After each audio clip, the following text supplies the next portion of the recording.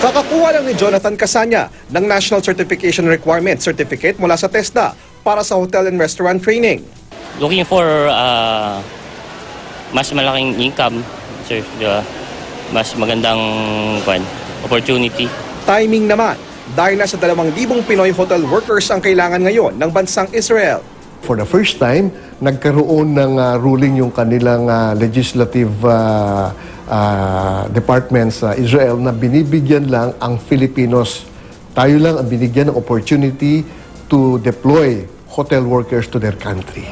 Walang language proficiency exam, basta kayang magsalita ng wikang Ingles, pwedeng mag-apply.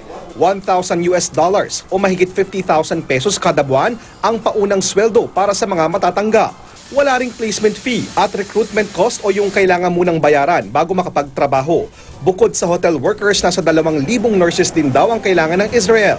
Naibaba na rin daw sa 100,000 pesos mula sa 500,000 pesos ang recruitment cost. Aabot sa $1,300 o mahigit 60,000 piso ang sahod kapag natanggap. Ayon sa POEA, may job openings din sa Japan at may pagkakataon pang maging immigrant o residente ng Japan ang mga mag-a-apply.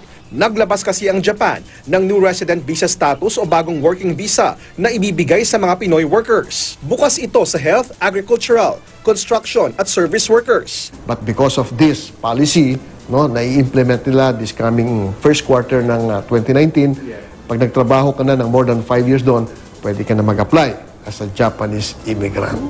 400 Pinoy nurses naman ang kailangan ng bansang Germany para sa bagong batch ng government-to-government agreement ng Pilipinas at Germany sa ilalim ng Triple Win Agreement.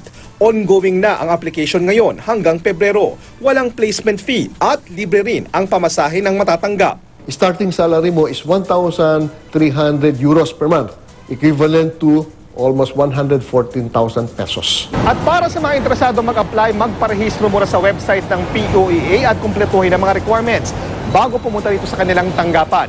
May paalala rin ng POEA sa mga manloloko, lalo na sa social media.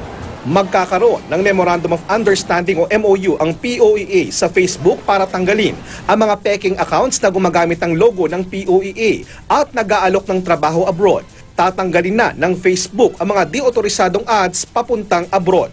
Ako si JP Soriano, ang inyong saksi.